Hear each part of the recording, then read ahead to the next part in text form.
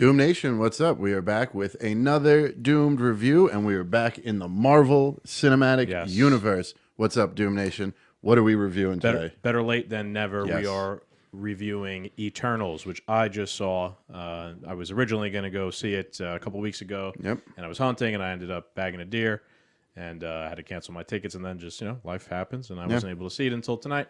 So here we are. Yep, I saw it opening weekend. I still remember a good amount of it. The names, though, I'm not even going to try. It's funny because I was thinking about what we're going to say here, and one of the first things I was going to say is I know three people's names. Everyone else, I have no idea. I know Icarus, Yeah. who's Richard Madden, Athena, who is Angelina Jolie, and then basically the main character, which is Cersei. Yeah. And then Dane Whitman, because he's Jon Snow. Like everybody from the Game of Thrones universe, Yeah. I remember because I like those actors. So. Yeah. Yeah. So what'd you think? All right, so right off the bat, my God, it took a long time to get going. My God, I was not expecting Marvel to make this movie. It was like 3.5 hours long. It was like the It length was of Infinity too War. long.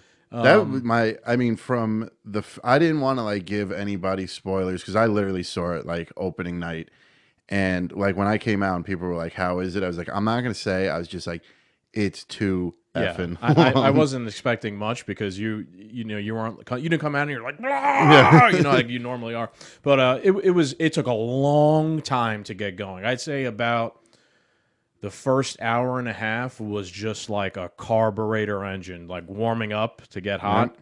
And eventually it did, though. That's the good thing. Yeah, So yeah, it took a long time to get going. Long movie. I don't know what made possess them to make. I guess maybe because there's so many main characters. I guess you could say. yeah, but it's there's- still just a long, Yeah. long story. That's why I wasn't so crazed when I came out of it, because all the steam was like sucked out of me from sitting in the movie theater for so long. Yeah, I went in at 2:40 and I came out of there Yeah, like you 6 got home o'clock. 20 minutes ago. Yeah, crazy. But what? Yeah, what'd you think? I liked it.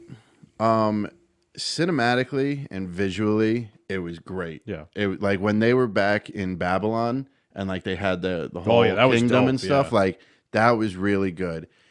But this isn't anywhere, runtime aside, this isn't anywhere near my favorite Marvel movie. Sure.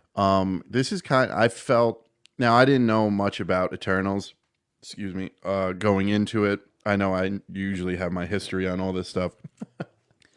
This was like Marvel's shot at the Justice League. I felt the same way. Yeah. You had Superman, you had the Flash, you had, who else could? I don't know, but like it was like Icarus was straight up Superman. Athena kind of is like Wonder Woman, yeah. She was Wonder Woman. She basically is. Or Athena, right? Her Yeah. name's Athena, but I guess she was Athena in Greek.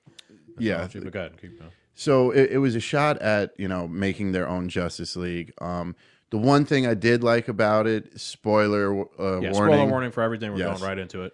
I didn't see Icarus being the antagonist. The bad guy. Yeah, I did that one. I'm Yeah, usually threw me pretty for a good loop, at yeah. catching it. I didn't expect him. And then Cersei, she was the one in the green, right? Yeah. Her power was really nothing special. I guess like in times of need it works, but like compared to everyone else's power, I was like, So I saw the team, the Eternals team, as kind of like an MMORPG like team where you have to like team up with a bunch of your friends, and like one person's the wizard, and one person's the warrior, Yeah. and one person's the guy who does like cast defense spell Yeah. on everybody. And boy, like if you get caught as the cast defense spell person alone, you're fucked. Yeah. Big time. And that's kind of like what she was in a way. Like, I'm going to change the trees into water. Like, not a very useful superpower. In the grand the scheme end, of things, yeah. it was. Like, her superpower was useful to, like, the critical to the story. But, like, in a pinch, if I'm in a fist fight, I'm going to take Superman. I'm not Yeah. going to take Lady who turns trees into water. yeah, it was. I just until the very end, I really just I didn't like her superpower. Sprite was pretty cool. The little kid, yeah. She basically was low key, Yeah. power right. of manipulation and stuff. Yeah. And then Good point. I didn't even think of that. I don't mean to do it this way. I just can't remember his name. The Indian guy.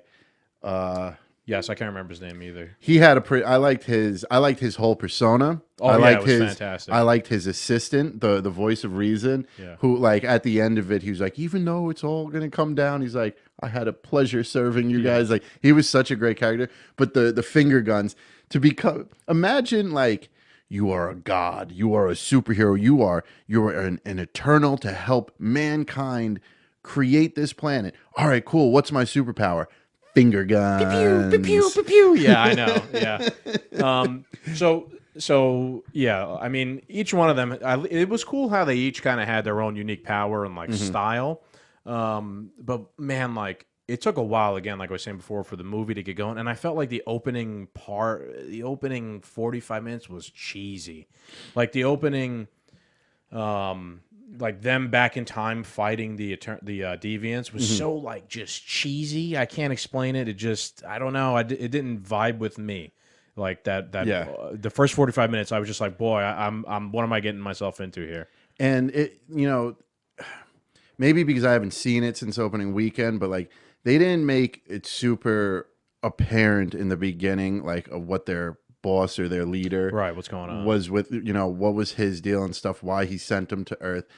And they glossed over like a big like question, like it's the Marvel Cinematic Universe, so we're talking Avengers here. How come, Icarus didn't show up? And they they explained it that, this is their role. They're not allowed to Interfere. interfere. Well, that was a and, key. That was a key, like foundational aspect Right. of their But like presence. they kind of just did that like in 1, 2, 3. Like here's this big long story that's drawn out, and like the whole point of them being like why they didn't join was like a 5-second thing.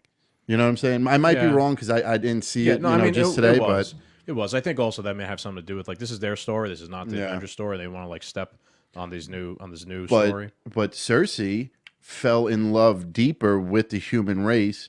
She always loved the humans, and she loved them from 500 BC or whatever. But what made her fall in love deeper was how the Avengers came together to save the planet. That's why she didn't want to give up on this planet either. Yeah, I get it.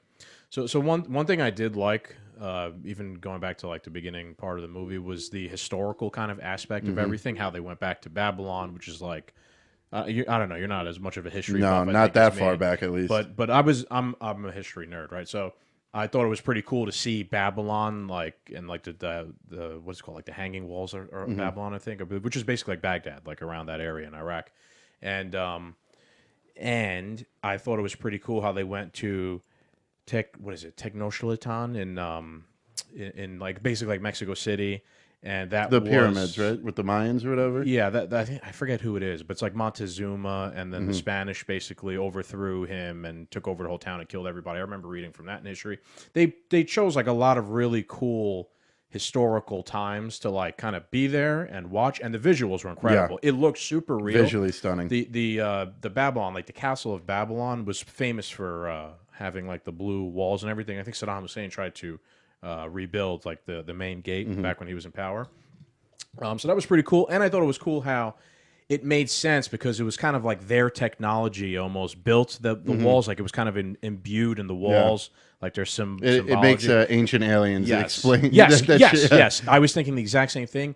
I like how Marvel took the Eternals and kind of filled in the gaps for like a lot of lost civilization things that we don't fully understand, and made them the reason why. Even I think his name is like Druid or something, right? Or Drew, I don't know, but the guy who can mind control humans, Yeah. he is Irish, like Irish Scottish, and his name rhymes with Druid, which is like the Stonehenge, the Druids, those people who lived there. Right. So they didn't go much into his backstory or showed them in that time, but I'm assuming he had something to do with that Right, iconography, because they didn't show either ancient Greece, but obviously she was Athena and Yeah. Icarus, like all like the storybook stuff that humans have read over the years, like they had their place in history. Like Yeah. he's literally Icarus, Yeah. that the Greeks believed. She's literally Athena that the yeah. Greeks believed. Like these people were the literal Yeah, icons from the what stories. it's what the legends and the stories were made of. Exactly. They were the real people. So I thought that was pretty Yeah. cool. Like filler. I don't know if you caught the one little tidbit, I forgot who said it, but someone said they used to hang out with Thor, and then he became an Avenger, and now he's too cool for them. I did not catch Yeah. that. I don't. So Thor hung out with one of them. Don't remember which one it was. You guys could comment it if anything. And Thor was friends with one of the Eternals. And just looking at the Marvel universe in a larger sense, it's cool because like all of our storybook stuff, even the Viking culture, Thor, Asgard, etc., is explained in Marvel. So I like that about the MCU and everything. You have your mix of like all our fairy tale heroes and stories history and like actually exist in the MCU, and it makes sense with like your Tony Stark, your Captain Rogers, your Spider-Man. Yeah. I'm glad you brought up history because I saw this on Instagram, I believe, after the movie came out, and it made a really good point. It's not a plot hole. It was just something funny that I picked up. I hate to say it again because I forgot his name, but the black guy who can control technology. Phobos, I believe. Phobos? Phobos something. I'm sorry. I think it's Phobos. Something Right. like that. Real quick, but yeah, like you hate to say it like that, but a lot of they're all main characters, right? Yeah. But they didn't like spend enough time with some of them and make their names sound clearly enough throughout the movie. That was like a negative on my end. Side note, they made this when Eternals was originally cast. Disney was, we're super woke. We got, people of color. We have, the deaf chick, and she was, we have somebody who's representing people with disabilities and stuff like that. Great. You made this nice, big, diverse cast. The white guy and the white woman were the two most powerful. Right, they were the only two names you remembered. You know what I mean? Right. Like, they killed the Spanish woman. The woke Avengers, they still followed the same old tropes. And like I liked the casting. I thought everybody casted was great in their role. And I didn't even think of it in terms of like the woke Avengers. I'm just laughing now thinking about it. But like, I have a problem with they didn't give the black guy enough like recognition. And he had a cool power. Right, yeah. So there's the scene when the atom bomb goes off. Hiroshima, in Hiroshima, and it was his technology. Well, he was alluding to that, like it was his technology, and that's when he lost faith in all of humanity. This dude didn't lose faith in humanity during slavery. That's a good point. Yeah. I mean, he just let all his people get enslaved like that. Well, I guess they're not his people though. If you think of it, he's not from Earth. He's not from Africa, like anything like that. He's he's like a symbiote. Yeah, like not a symbiote, but he's like an AI kind of basically living entity. And then I'm glad you brought up Thor. What'd you think of the end credit scene? Oh, you want to get to that already? We could. If you got more, well. Let's go into. So the beginning was really slow, and it took forever, like a carburetor engine. I was saying, but boy, when it got going, it picked up, and I thought it started to get really, really interesting and really good. The whole Salma Hayek's character was like interesting, like her knowing everything and whatnot. She's so hot. Oh, she's beautiful, gorgeous, one of the goats of all time. And one other negative I'll give is like the deviants kind of looked whack. I don't know. They looked way except too for the CGI. super deviant. Yeah, he looked good. The main one, but they just looked, I don't know, like too much CGI for them. And when they fought each other, it was kind of just like just punching, fist fighting. It was like, okay, you could it's like tell. Mindless, dumb, violence. For as powerful as the Eternals are, like you could tell, like, oh, these are the little henchmen that are like no problem for the Eternals. It was basically them just like beating up. Yeah. I did like Gilgamesh. I'm starting to remember everybody's names now. He was he had the super fist or whatever. He made the pie. That was a really cool. I liked his spit beer. Right? Maybe that'd be something that's something maybe we could do and review one day. Gilgamesh, hook us up. So I'll bring it up because I'm sure you got plenty. Kit Harington I was super excited for him to be in this. I was super excited to see the character, the Dark Knight that he becomes. And the guy's in it for like 0.3 seconds. I knew that was coming because it's not about him yet. They were just he's going to be a huge player going forward, but it wasn't.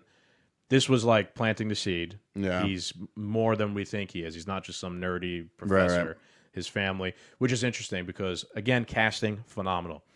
He at the end, let's go back to the end, right? He says, my family history, there's more to it than I told you. In real life, Kit Harington has a very deep family history in England. tied back to like the gunpowder plot where Really? Guy Fawkes and all those guys tried to blow up, I believe, the Parliament building. Mm-hmm. It was like one of his ancestors was involved in like the plot. Whoa, So that's crazy. they did an HBO special. Check it out. It's called Gunpowder, I think, and he played his ancestor in it. Phenomenal. Guy Fawkes is in it too. You know, the big yeah. mask. So it's cool because they perfect guy to cast for a guy who has like a extended family history or whatnot in England. I still wanted Kit Harington, and I know everybody is going to disagree with me, and we'll probably get a comment over this one if they listen long enough. I think Kit Harington should have been Wolverine. No. This role that he's in is perfect for him. I think it's going to be a good role. He though. gets to it's his wheelhouse. He's kind of going to be similar to Jon Snow in a way, but different. Obviously, Jon Snow doesn't have superpowers, but well, he doesn't really have superpowers. The sword has superpowers. Yes, right, but it's going to give him superpowers. So yeah, man, I thought once it got going, it got really good. The whole fight scene at the end was pretty cool, where Richard Madden's character turned on everybody and they had to fight him. That's what saved the movie, because you have this long story, little side stories, little backstories, but when they finally got together and had to work together, like, they made shit happen, and that was like a good force to be reckoned with. Like how everybody could just about work together, except for Cersei, because she's just turning trees into sand. When they were talking about making the hive mind or whatever, the brain, I forgot what they call it. It was pretty funny. I was hoping they'd make like a Power Rangers reference, like like get the Megazord or something like that. But it was pretty cool to see them all work together, and in the end, Phobos, I think his name is Phobos, right? One thing I noticed. I'm always now on the look for Kang stuff, right? And I'm wondering where he fits into this, right? Because if he's controlled the flow of time for all this time, and these guys are like whatever, the technology that they use looks very similar again to Who Remains technology. So I feel like all of this, even in Shang-Chi, spoiler warning, the rings look similar to He Who Remains technology. The Eternal stuff looks similar to He Who Remains technology. I think all of this stuff is obviously going to be related, and maybe we will see where He Who Remains learned how to make stuff. I don't know. I noticed there was when the Eternals were using their powers or their eternal magic, a lot of circles, a lot of rings, a lot of circular stuff. Yes. And it was very close to looking like the way the rings acted and the rings worked. Almost identical. Yeah. The same way He Who Remains almost like stuff worked. Yeah. Remember how like at the end of Shang-Chi, they went into the ring and you could see like there was like a power source in it? I feel like it's the same exact power source as like, not Icarus, Athena's like shield when she would pop it up. And let's talk about her. I hate Angelina Jolie. I really just don't like. She's absolutely gorgeous, but as far as I can tell, like in real life, she's just a waste of skin and bones. But her character, fighting wise, aesthetically, was fantastic. All the different weapons she could come up with, I thought they did her so well. That was so much fun to watch. Instead of just like flying around and laser eyes and finger guns, she had a dope superpower. Of all like the warriors there, hers was definitely the coolest. I was a bit surprised. Like, she obviously had a very integral role in the story, but for someone who they cast Angelina Jolie, I felt like kind of a backseat character for most of it. Yeah. Like she didn't have much speaking role throughout the thing, and she was kind of always on the periphery. Like, she's their Hulk in a way. Like, they unleash her when they need to beat people up. Angelina Jolie is probably the most famous person on the cast, and they kind of gave her just like the Hulk role, which was interesting in a way. Maybe she doesn't want to be. She didn't want to be on the spotlight. I don't know. I didn't like her casting when they first came out with her, because understand, again, I don't know the Eternals and what the future of it holds and stuff, but like, the reason Marvel Cinematic Universe is done better than the DC Cinematic Universe is because you gave Robert Downey Jr. a second chance. He wasn't working in Hollywood. So a 10-year contract, I'll take it. You took Chris Evans and Chris Hemsworth, which were just good-looking guys that they kept sticking in every romantic comedy to play the jock boyfriend, the sexy boy. Now you took them and made them two of the biggest action stars ever. You took Scarlett Johansson, who was just in, she was in every Chris Evans romantic comedy. She was just a good looking girl. And now you have a badass lead female character. That's why it worked. These people were so typecasted and weren't going anywhere. And they weren't small time at the time, but they weren't Ben Affleck. Ben Affleck is never going to stick around and play Batman for Right. 10 years. Right, they cast the right people. You know, he's too, and already Ben Affleck's on his way out as Batman. We kept Robert Downey Jr. for 10 years. I was worried with Angelina Jolie.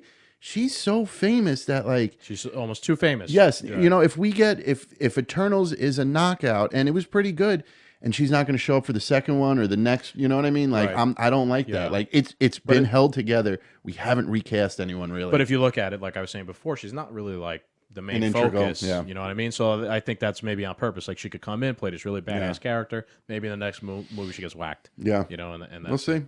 So one other point before we give our rating here, I want to make is I think we were talking about this recently. Like the Marvel movies, man, they have very deep plot storylines, which when you take off the capes and the hoorah of everything. And this one was kind of revisiting the Thanos trope of like, I know what's best for everyone, so I'm going to kill multiple people so that life can thrive. Right. And that's what the Celestials are basically doing here. They're absorbing the life force from people on planets, sentient life on planets, and then eventually that births another Celestial, and then the Celestial creates more life elsewhere. And I think it's an interesting like theory to dive into, bring it to the podcast. Like people are, you know, this is a movie, right? But like I'm getting tired in life of everyone thinking they know what's best for everyone else.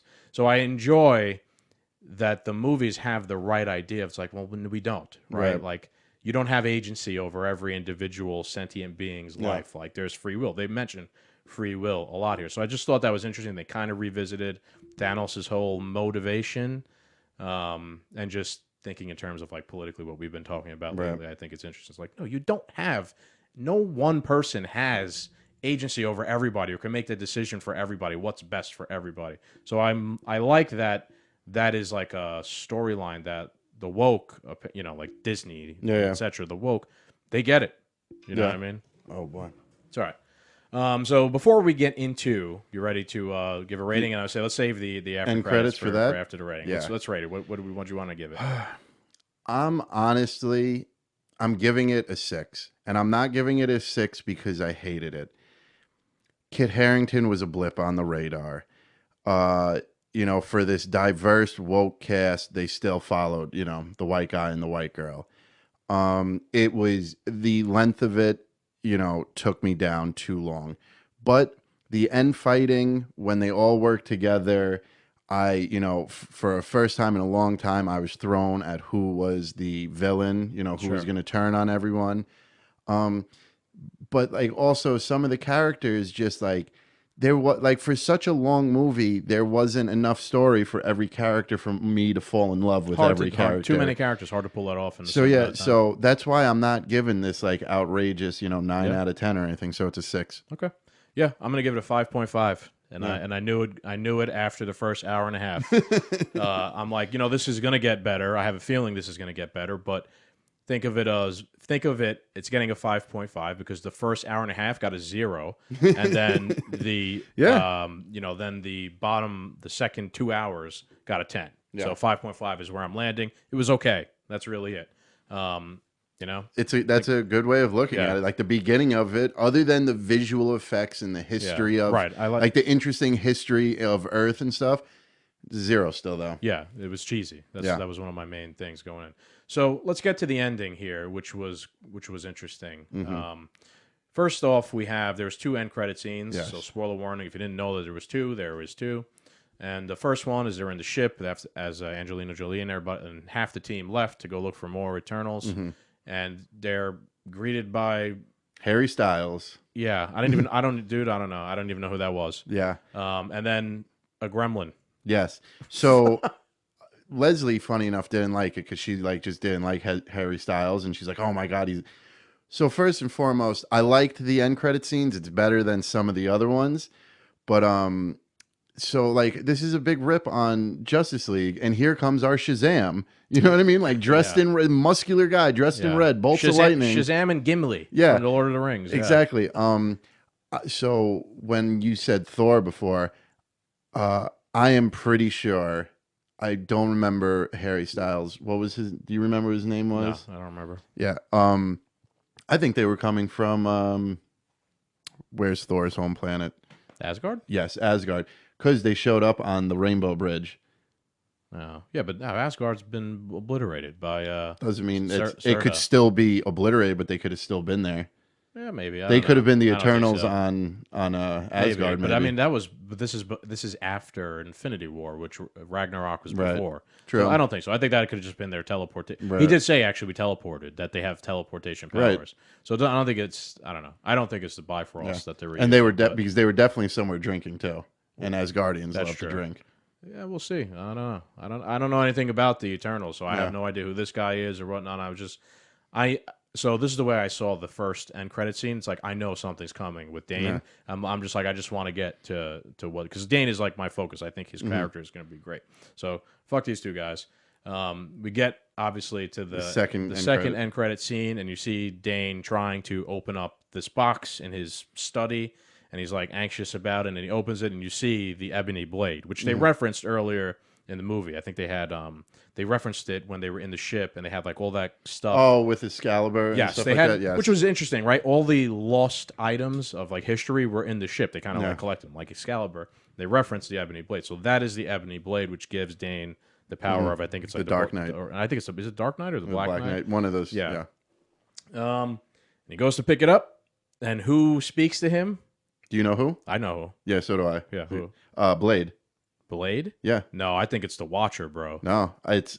Did you look this up? Yeah. My he sounded exactly like the Watcher from What If. So we can check this up and we could add it afterwards. I can look it up right Yeah. now. I've seen 3 or 4 different sources saying that it's Blade, the Vampire Slayer. That would be interesting, right? So I know that's because coming. that sword is dark magic. Okay. Blade deals with the dark world, and also the visual effects of that sword when he got his hand near it, and like the sword kind of came alive. Yeah. Boy, was that good. Yeah. I thought that was so good. Like it was like a calling, like because I know that sword brings out a bloodlust, Yes. and they Yes. showed that very well. Yeah, that is going to be the power, right? I guess he gives him like kind of superpowers, but it gives him a bloodlust. So Yeah. like the more people he defeats in It's battle, literally a double-edged sword. right? Yes, that's a good way to put it. All right, so who spoke to Dane Whitman at the end of the Eternals? You're right. You're right. Yeah. And with that, ladies and gentlemen, good night. Yeah, I'm just going to look for more than one source here. Because, so the first one does say is none other than Blade, the vampire hunter who's set to join the MCU. It's Marshala Ali. I'm just wondering, I thought it was the Watcher, right? And he was like going to intervene again now that we've seen that he's not against that. So, I mean, yeah, I only that's the first source, but I'll give it to you. I'm wondering, what is that about? Why is Blade just magically appearing instantly as soon as, like, in his house? Well, Blade, we know Blade was coming into the MCU. Yeah, I know. We knew he was, we knew that guy Ali was casted as him. I didn't expect this. I don't know what the role is. It's going to be interesting. Once again, I don't know too much about the Dark Knight or the Black Knight, whatever, Dane's going to be called. Yeah. So I have a funny feeling that Blade is surrounded by dark magic. So I could definitely see that like one of Blade's villains, like some super vampire, would want that sword. You know what I mean? Like a dark being controlling this dark magic sword that gives you superpowers. I could see why you could have an interest in it. I don't know any of Blade's, arch enemies that would lead into like some crazy story. Interestingly enough, it says that the blade was created by Merlin, the wizard. There you go. Funny because he kept mentioning, "Are you a wizard? Are you a wizard?" to Cersei throughout the major thing. Yeah, so I mean, even this is L.A. Times is saying, there's a lot of theories. But they're saying they believe it's confirmed. Okay, it says director Chloe Zhao confirmed to the site that the voice is none other than Mahershala Ali playing Blade. So okay, it is Blade. So that's interesting. I thought it was maybe the Watcher, like I said, Yeah. and he was going to like intervene again I or don't. something. But I don't think we're gonna see the Watcher again until Spider-Man: Far From Home or Doctor Strange: We'll see. Multiverse of Right. Madness. it's all right. All right. That's our Doom review. Yes. Hope you liked it. Hope you guys enjoyed the Eternals. It was Yes. a good movie, but it was a little too long. Hawkeye has came out. Mm-hmm. I watched it. The captain has not had a chance. Or the inverse. Yeah. The captain has not had a chance to watch it yet, but we will be reviewing that soon. Yeah. So, Hopefully we'll be able to bang that out this yeah, weekend. we'll probably do 2 episodes because they released 2 right off the bat. So we'll probably Yeah. do 2 for 1. Yeah. Like we did for What If. So, all right, everybody. Take it Have a easy. good night, guys.